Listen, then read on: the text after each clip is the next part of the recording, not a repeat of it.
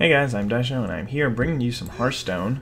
We're 1-1 in this draft, or arena run, and I've got a pretty decent Paladin deck. Young Priestess is pretty nice to have in my opening hand against a Priest, because he doesn't have a good way to just take it out. And, I don't know, the second 1-drop is not great, but, wow. The 2-drop is nice to pick up, so there's that. If he plays a Northshire Cleric here, I'm probably just going to go with a Direwolf Alpha, kill it. Young Dragonhawk. Well, that's awkward. Young Dragonhawkward. Alright, I guess you get to kill my Young Priestess. Trade your really bad 1-drop for my average 1-drop, I guess. I mean, he's not like a great 1-drop or anything, so I don't know. I guess that happens. That will happen occasionally, where your opponent... Okay, what is the deal with this, man? Okay, so at least he was smart enough to trade there. Because if he was not that smart, then I think I would be very, very sad right now. Okay, we got ourselves an Azure Drake. Alright, I think I want to reinforce and play this thing over here. That way I can next turn put the Direwolf Alpha in between these, and I could have put it over here and put him in between, but I want it so that if this guy dies, which he's likely to trade off, I could still make a 1-1, put it on the other side of the Direwolf Alpha. Okay, that's perfect for me, unless he has a Circle of Healing. And he does not. So now I can do this, and I'm going to put Blessing of Wisdom on this guy, because he is less of a target to kill than the Swamp Ooze. Blessing of Kings, that's pretty nice. Less of a target to kill than the Swamp Ooze, but still, still attacking this turn. Did I? No, I couldn't have attacked with that. I played that this turn. Alright, so he's going to coin into a Holy Nova now. Alright, that's really bad for me. Completely changes the game and turns it in his favor, but at the same time, it does not turn in his favor. It completely catches him up, but I still have a creature out, and he doesn't, and we still have about the same amount of cards. Or, actually, exactly the same amount of cards. He's got 5, I've got 1, 2, 3, 4, 5. Because this is a 2-for-1, always. And he's got one of my creatures now. And I already played my 1-drops. Jungle Panther. Definitely a pretty good one. Another Voodoo Doctor. Wow. Alright. Do I want to play Blessing of Kings to save this guy? Eh, probably not. I'm just going to go with one of these. Make a 1-1 and kill his 1-drop. So if he wants to, I mean, he's going to obviously trade there, or probably trade there, I should say. But either way, that's not such a big deal for me.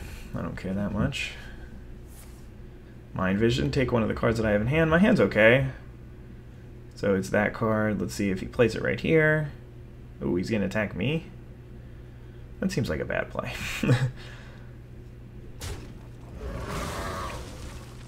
Okay, and then your other play is... So, also about Mind Vision earlier, it wasn't the greatest Mind Vision to ever occur, but it also wasn't terrible. But now that I know my opponent has 1 card in hand, I'm not going to get up to 4 cards on board, like 4 creatures on board rather. There's just, there's no real point to it. So I'm just going to play that thing out and not reinforce here, because I'm playing around him, the 1 in 5 chance that he has my mind control tech. Because if he had Holy Wrath or Raging Organ, he would have played it. Okay. Interesting. Let's see what we can draw here. Avenging Wrath. No, I'm not going to do that. I'm going to... Yeah, I think I'm going to Blessing of Kings this.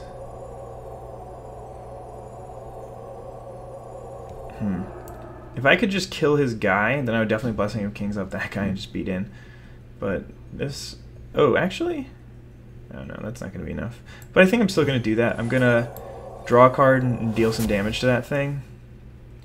And I got 2. So that means that I can go for one of these, trade there, and I can still drop a Jungle Panther on board and hit him for 5. And again, I don't want to exceed 3 creatures on board here. I think it's okay. I don't know. I mean, maybe my opponent has some crazy legendary that will just take over the game, but we can hope not.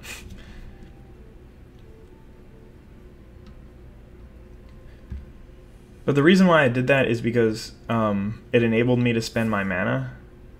Okay, so he's going to Holy Nova here. Not a big deal for me. And then he's going to play a Demolisher. Also, not really a relevant card. Well, there's an Onyxia. So, I know I was playing around Mind Control tech, but we're just going to hope that he doesn't get super lucky here.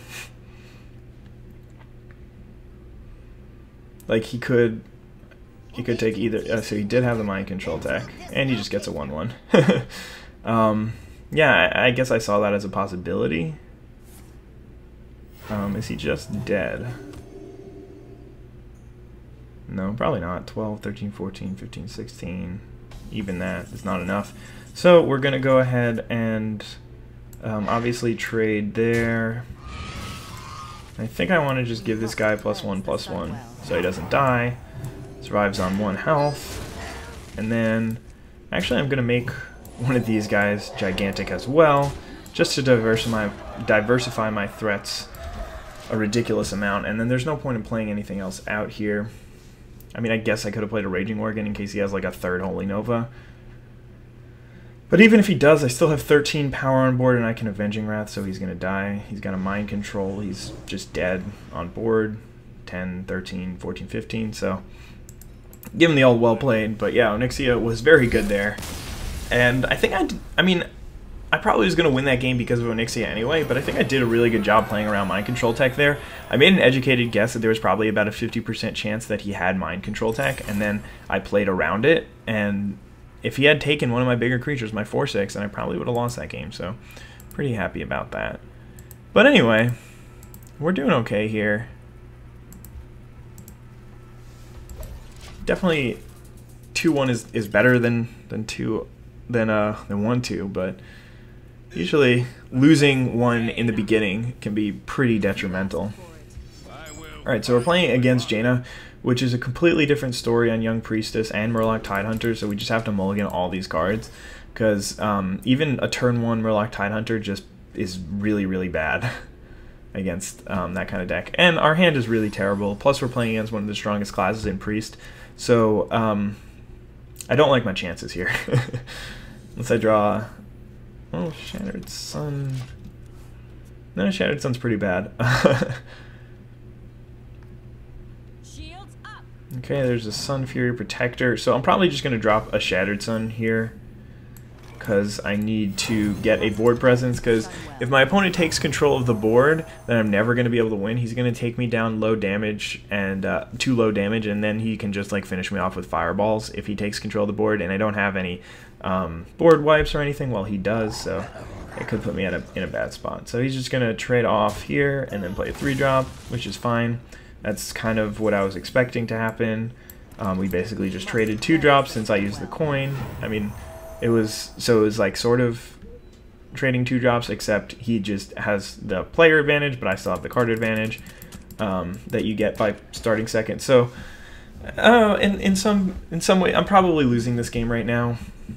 If he has like a Defender of Argus or a Shattered Sun Cleric, then it's probably like completely over kind of losing, but oh, interesting. He didn't trade with my creature. Not really sure why he would do something like that, but I'm not gonna hesitate or anything. Just gonna... I guess I'm gonna trade there. It's a little bit risky. I did mess up there. I should have reinforced first, then... Oh no, I had to do it that way. No, I had to do it that way so that I could get the +1 attack on that guy. But he can just kill both my guys here without much repercussion and get into Wind Fury mode. So maybe I probably should have just killed the Raging Worgen there. And he's got another Raging Worgen. Oh god, this is bad. At least I can go Spiteful Smith into Sunwalker here, so I'm going to take a lot of damage next turn. Actually, I think I have to Holy Wrath this. I'm going to kill it no matter what, so that's good. Mind Control Tech might be useful. I mean, fortunately I can follow this turn up with a Sunwalker, which if he doesn't have a Polymorph could buy me a couple more turns, but like as I was saying, oh no, that is the greatest Mana Wraith I've ever seen. But he did it backwards. He could have played the Bloodfin Raptor first and he would have just been able to attack me. Anyway, this puts me in a really bad spot here. But I think I still have to just do this. I guess I could have also played a 1/1 and given it +5, +4/+4. I think this is slightly better. If he doesn't trade off for my creature here, then Mind Control Tech is looking pretty good. Unfortunately, I can't play Mind Control Tech and Blessing of Kings. So I'm just going to lead with this, and then go with this, and really hoping to take the 7/6 here. Alright, I think we're dead.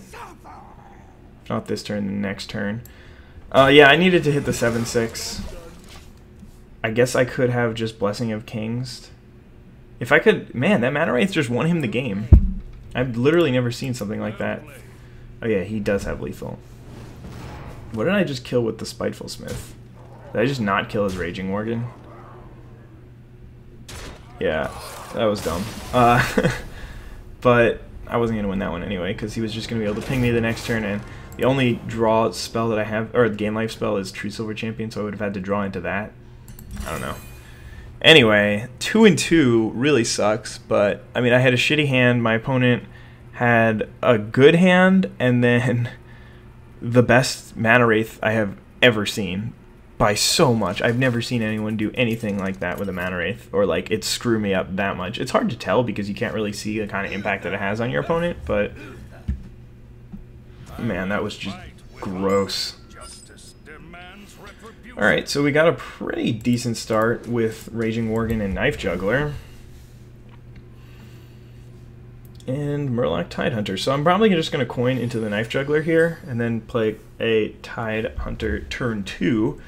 Get double ping off that, unless so he's got like a Bluegill Warrior. Don't really know if there's anything else he can do to kill my Knife Juggler, and then I'm going to be very easily able to protect it. Well, I guess not. That sucks.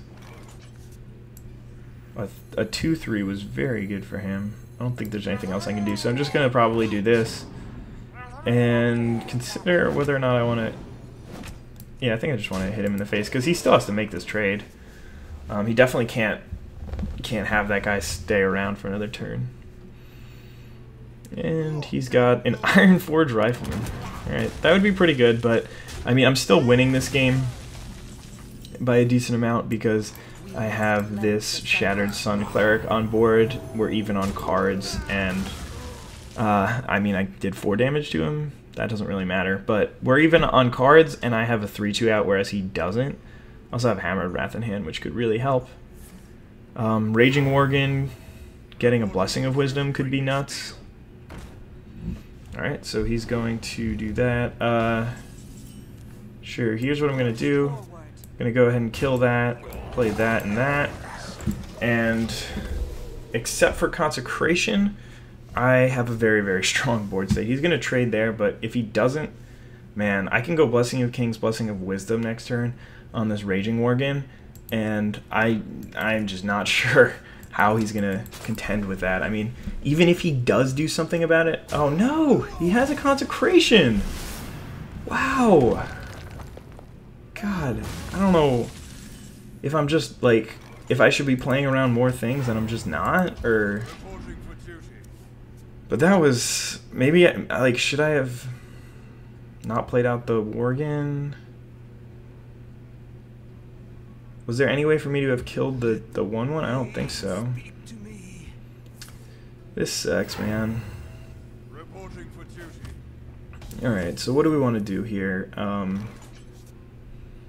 Blessing of Kings, Blessing of Wisdom, make this... Yeah, that probably works. Because I get to draw a card here, kill his guy. He doesn't really have a good way to take out my guy, unless he has a Hammer of Wrath, which would be very good for him.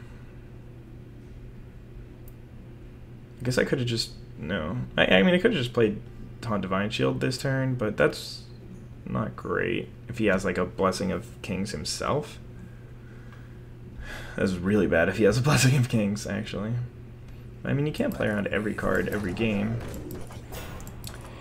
Alright, so he's going to go with a Fen Creeper here and trade his guy with mine. It's pretty smart, bro. So now I can't really attack unless I want to lose it.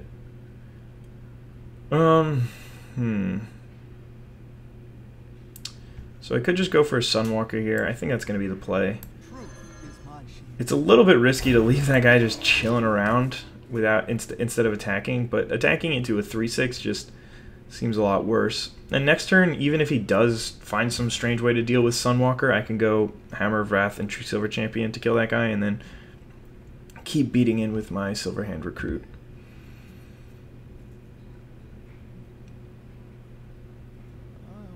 But yeah, I was basically just about to win the game if he hadn't cleared my Worgen. And that's just why Raging Worgen is sometimes so powerful. You saw it the last game where my opponent just did massive amounts of damage with his. But it's a lot better in a mage deck where you can ping it yourself. So, I don't know. Either way. Let me think.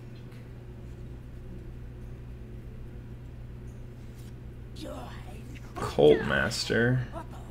Well, that's a great card. Wish I had some Cult Masters in my deck. And a Consecration. And then he's going to finish my guy off. Alright. This is... it seems a lot worse than it is.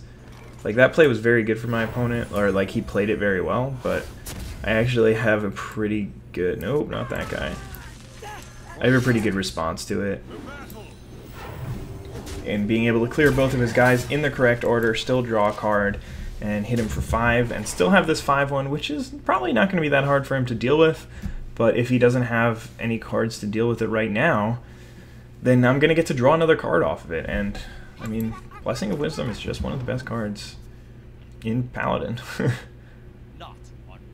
Alright, so he's going to go with an Argent Protector, which, as I was saying earlier, is one of my favorite cards in Paladin. And he's got 3 cards out, which is kind of the sweet spot.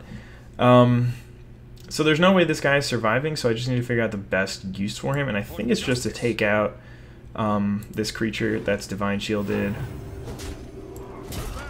And I'm gonna... I guess I probably should have done that first, just to see all of my options. But I still have a pretty powerful play here lined up in that plus that. So now my board... While he does get to attack first, which is such a huge advantage in this game, my board is really powerful, so it might be pretty hard for him to deal with this kind of board. Perhaps I should have saved the Dark Iron Dwarf for a situation where I could give it surprise power, but I don't know.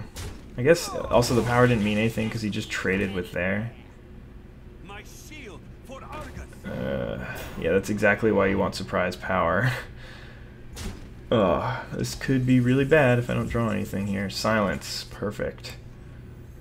What else am I gonna play this turn? Probably this thing. So we'll do this one first.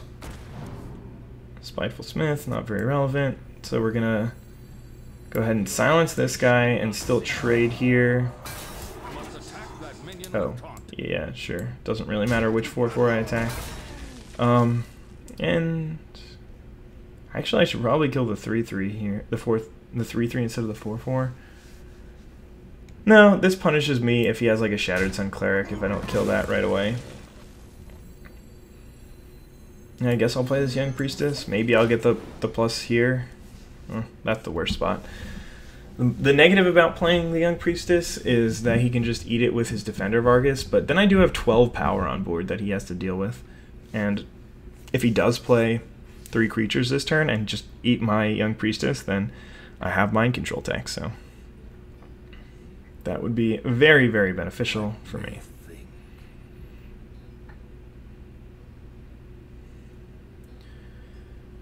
I think I'm doing alright here. Like, if you look at the... Come on, 1 drop into reinforce now. Okay.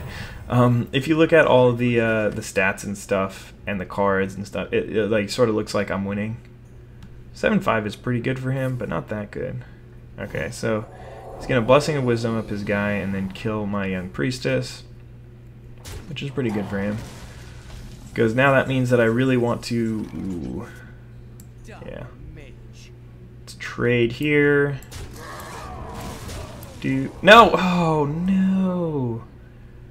I should have killed that. Damn. Alright, well, that's okay. That's really not okay. Because if I had killed this, then he wouldn't have been able to deal with that. Without a card in hand. And he's got a Divine Shield. Ugh. That's just bad for me. Well, hopefully he has 2 more creatures so I can steal one. Which is pretty reasonable. Oh, and he doesn't. 8, 12 power, and he's at 13. Jeez. Okay, Light's Justice is not a relevant card here. I still just need 1 more power off the top of my deck to kill him. Well, let's draw a card here. Avenging Wrath. That'll probably get me 1 damage. Avenging Wrath with an Azure Drake out. Alright. Well, we got this game, fortunately.